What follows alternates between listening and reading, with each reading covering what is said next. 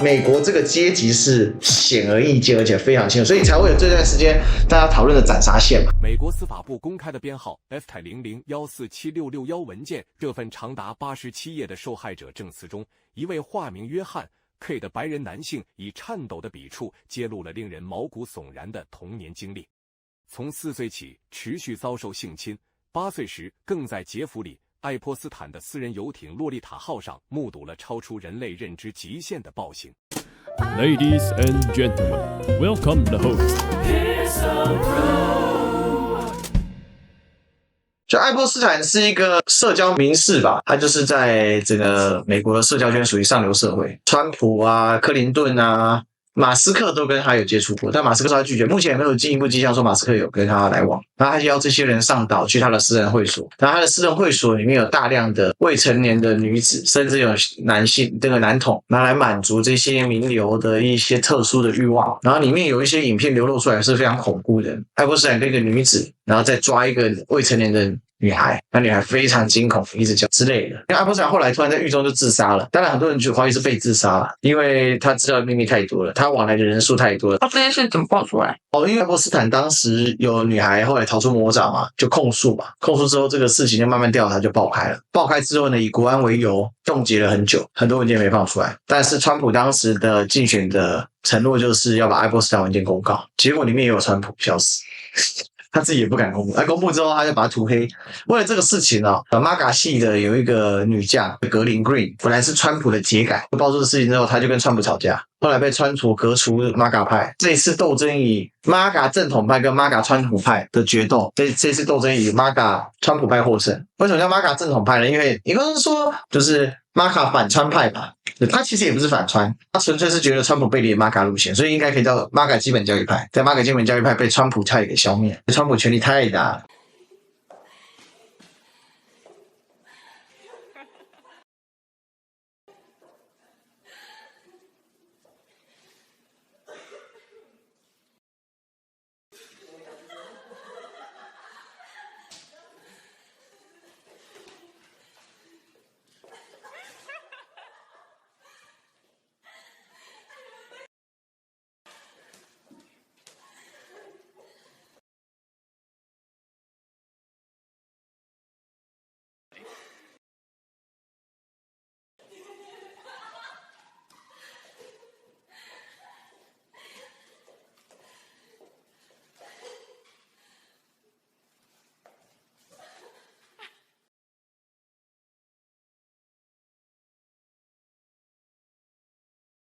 你是研究地中海，这不是从教皇开始的习惯吗？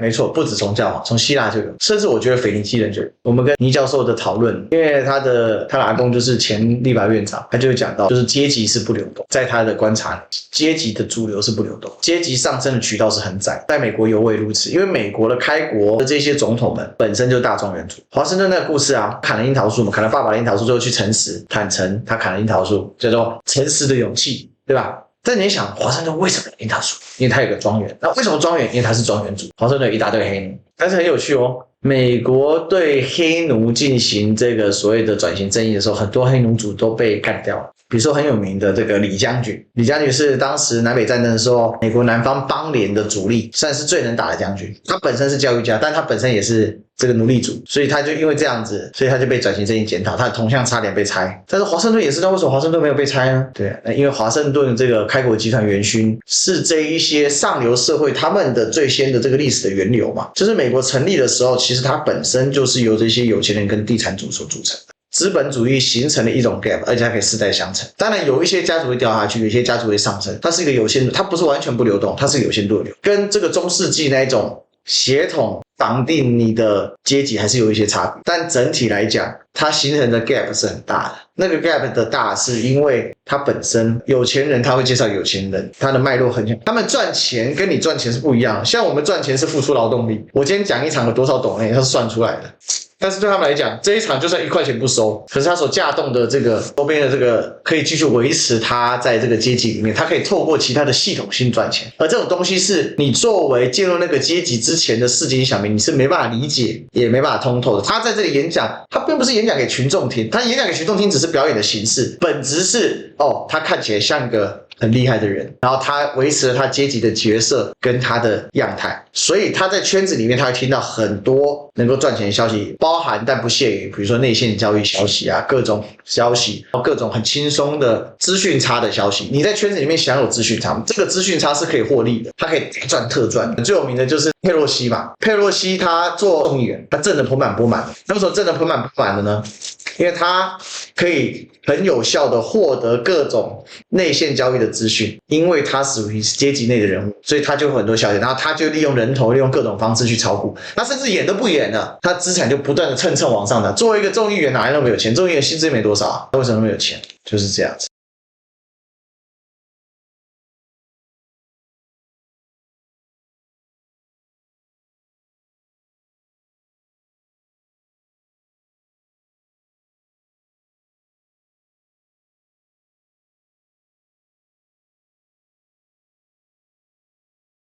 最有名的是谁？你知道是谁吗？最近川普的副手 JD Vance， 他万斯副总统，他本身出身非常的，他是个农场主的儿子，然后是个破产农场主，生活得很惨。可是他确实会读书，他读书之后呢，被大老板赏识，给他支持，然后所以他就很早就进入到的这个投顾业去工作，然后就娶了有钱的印度裔的女儿，所以他就成就了，你看他像三级跳一样。他背后是谁呢？他背后的大老板就是马斯克的以前的 partner PayPal 帮的大佬。马斯克当年他们几个兄弟创立了 PayPal， 他们是从矽谷的，在 PayPal 里面挣得盆满钵满，然后他就被选中。所以你会发现很有趣哦，这些人他等于他在扮演上帝，我点谁谁就上来。当然你本身资质要好，他也不会去服一个白痴，我白痴他付出代价大。你说时代不同人相提并论吗？没有，美国的结构没有改变过，只是不同的集团之间的斗争。比如说这样好了，美国的资本集团，在我观察啊，分成几代，初代的农场主，华盛顿、杰弗逊、麦迪逊这些初代中，还有他们的后代或者他们的相关的亲朋故旧形成的关系。所以在美国有一州啊，叫做罗德岛州。罗德岛州本来的名字叫做罗德岛 and 普罗维登斯庄园州，扯爆了，州名里面就有庄园。这几年的故事而已，这几年的故事而已。所以大家因为很多人对美国的逻辑是错误的，所以老 A 才会引起那么大了。老 A 用了很庶民的方法去讲述这个，再加上有那个机会嘛，刚好传播开来了。所以我跟大家讲，就美国很多表象，你不读它的历史，你看不懂；你读了历史你也看不懂，你只会一直被美国梦给诈骗。就你去过美国，你都不见得懂。他是这样嘛？早期是庄园主经济，能够成为庄园主的人，他们是一挂的，那是里面有一些专业人士会上升流动。美国从头到尾有一种职业始终在上升流动当中，那个职业叫做律师。就美国最厉害的人去当律师或者是金融业。第二 part 什么时候呢？第二 part 主要是在工业革命之后，到了美国，到了工业革命的时候呢，出现了什么？北方城市的工业资本主。这些工业资本主其实本来是什么？他们很多本来要么银行家，要么本来庄园主，他们有钱嘛，或者贸易商嘛，所以他们就把这些钱都投入到工业资本里面，就赚了大钱。赚了大钱之后，靠工业赚钱那个速度是比农场做农场还赚的更多。所以南北战争的开打其实很大原因是什么？利益不平等。南方需要保持黑奴种植园经济，那北方需要更多廉价劳动力，希望南方解放黑奴，所以北方纷纷废奴，而南方打死不废奴，两边就打起来了。所以它本质上，南北战争本质上是美国的上层阶层的斗争。这么说好了，林肯本人他的灵魂是纯洁的，就他是有远大志向的人，所以林肯才伟大。他解放黑奴是他真的认为人不该为奴嘛，他认为人该被解放嘛。是，但是背后支持他的那些资本家真的这么认为吗？到了什么时候会变化呢？到了一二战的时候，尤其二战的时候，军工巨头们一定程度的取代了原本其他的工业主，但是没有完全取代，因为军工本身也是很密切的，只是里面就会有一些人上升流动。所以美国在每一个时代的机遇里面，因为它是当时世界上工业最发达的国家嘛，所以它会形成一种技术突破现有生活，形成一种窗口。而这种窗口会每一次就引领一批人上去，而这些人的故事就叫 American Dream。很多资本家到现在，他们依然是上流社会。比如说随便讲好了，卡戴珊家族莫名其妙，这些人到底怎么赚钱的？你觉得他们这么整天不务正业啊？奇怪，这些人怎么就除了酒、性、色彩什么都就很奇怪？好像每天都是这些生活。可是这些东西反而是现在人赋予给他们的。而且好玩咯，因为他们有家族基底，所以他们用这些又赚了更多钱。他每做一个实验就赚。我觉得，因为自从变成上流社会之后，普通人就不会用那么高的道德去看他们要做什么，他们只 care 说你到底能创造出什么娱乐价值给我。我们讲到完全重点，所以我们在看待美国的时候，你们应该更加去思考这个社会的真相是什么。而这个社会的真相就是为什么美国要打中国嘛？因为财富的积累不在于占有财富的多寡，而是占有财富的比例，真的有分配。占有财富的分配权，而他们创造了一个体系可以分配财富，他们又把这个体系在冷战之后散到全世界。其实在苏联的时候，他们就已经在他的盟国里面在做，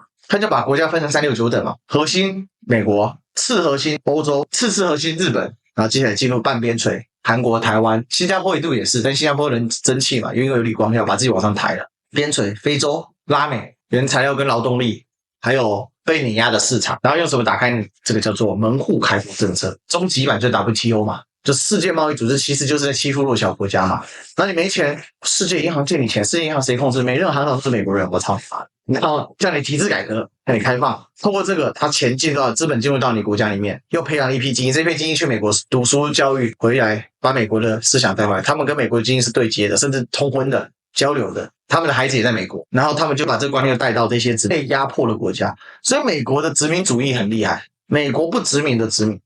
西葡杀人的殖民，就是尤其西班牙杀人，葡萄牙也是啦，但是葡萄牙因为国家弱小杀不太动，所以西葡它这种属于原始，就是初代帝国主义很粗暴，所以你看澳门被他们搞得烂得要死，满地黑帮治理不了。第二代英法中间卡一个荷兰，英法呢殖民主义比较精耕细作，调整结构关系，法国比较狠，法国是把你同化，英国是搞机密，就是说我在上，但是结果是一样的，就是我比较精耕细作，我会调整你在地的行政组织架构、社会的体系，然后呢，结论就是英法作为这个殖民地的中心，享有所有的利润，便宜的原材料在英法加工制成品，再回卖到殖民地去。但英国人比较懒，所以英国就去工业化了。所以呢，英国人的这个工业化呢，他可能就在第三地或其他地方，他透过金融来操作这一些，也比较聪明啊，这就是杠杆。而第三代就是美国，美国的名义就是平等、自由、新自由主义，一切讲平等，真的平等吗？当我控制了裁判，当我控制了资源，当我控制了，他跟你讲平等就是不平等嘛，因为你们就不在同一个起跑线上，对，所以有各种香蕉共和国的产生嘛。比如说拉美国家都是香蕉共和国，专门做香蕉，他们整个国家几乎都在产香蕉，背后的资本都跟这个香蕉公司有关系。最有名就联合果品公司，他就控制了当地，谁反对他，因为他控制了政客嘛，政客就镇压嘛，开枪杀人，把人抓去关嘛，把你流亡。然后呢，咖啡共和国、矿产共和国，那台湾叫晶片共和国。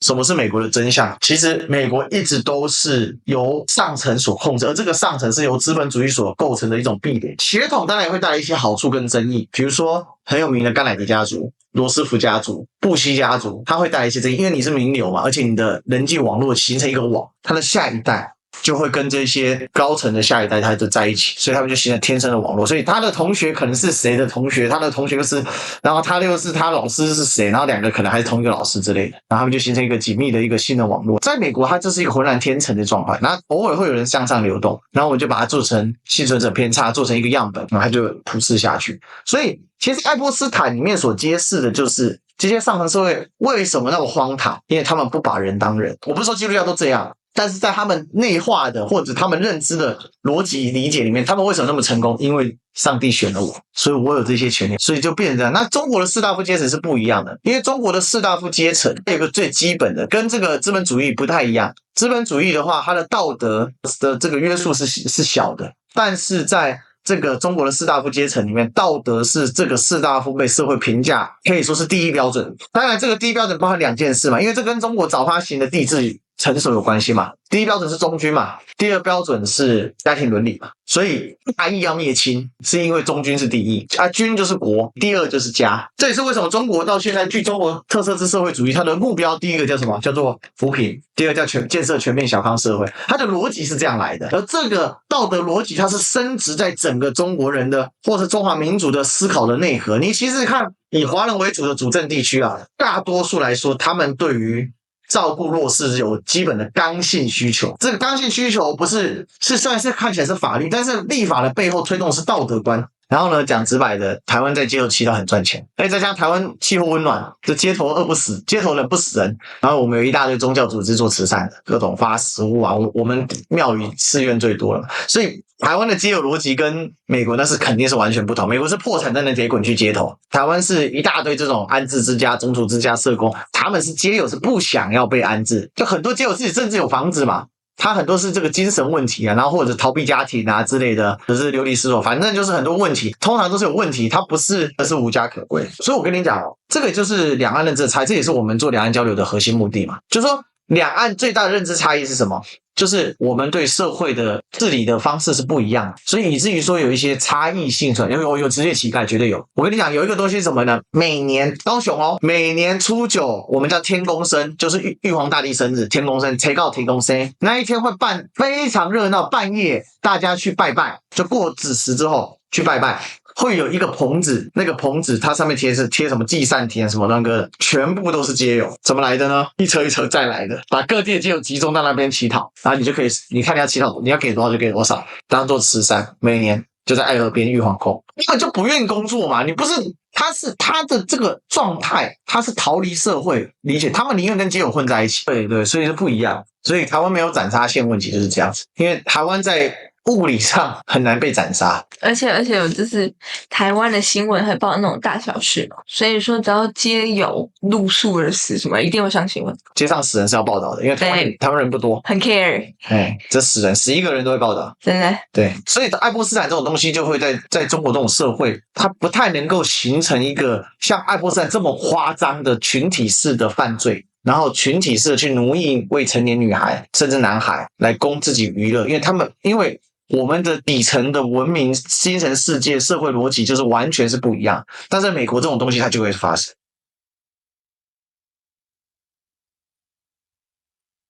西方讲天赋人权，我跟你讲，欧洲人可能还算，美国人绝对是狗屁。因为这么说好了，虽然美国人是由新教徒所建立的国家，但美国人本质上没有经历过真正意义上的启蒙运动，没有经历过真正意义上的宗教改革。为什么我这么说呢？美国的原始的组成是清教徒，这些清教徒虽然他在英国被迫害，但其实清教徒的信仰是很原始的。当他们移民到美国，构成美国社会的基础之后，新来的移民就是被他们同化嘛。那启蒙运动在欧洲闹得沸沸扬扬的时候，美国虽然有志之士，他们也受到影响，但毕竟隔了个大洋，再加上美国的生存条件远输欧洲太多了，所以多数的这一些所谓美国独立革命初期的这些能人志士，最有料的叫富兰克林，他本质上是个法国人，思想家，真思想家。但是华盛顿是思想家吗？杰弗逊、麦迪逊他们不能算思想家，他们算政治家。为什么？因为他们思考逻辑的问题不在于是所谓的社会或者是思想思潮的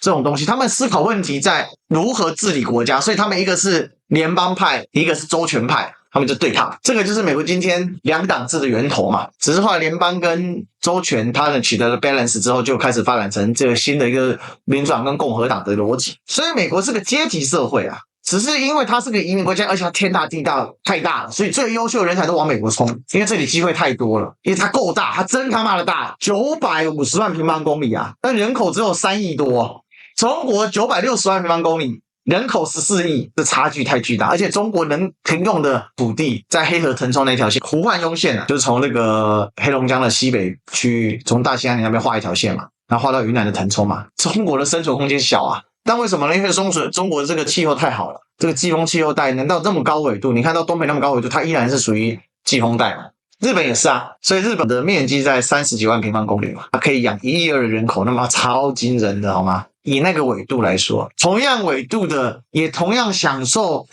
暖流的英国人口就只有日本的一半。为什么？因为英国少了季风，它只有西风。所以我觉得爱泼斯坦文件的本质是中西社会的差异，那中西社会的差异也造就了道德观的差异、取向的差异，然后最终他如何的去思考问题，如何的去在社会治理上的差异，然后最终造就了一个巨大的一个对待人这个动物它的思考差异。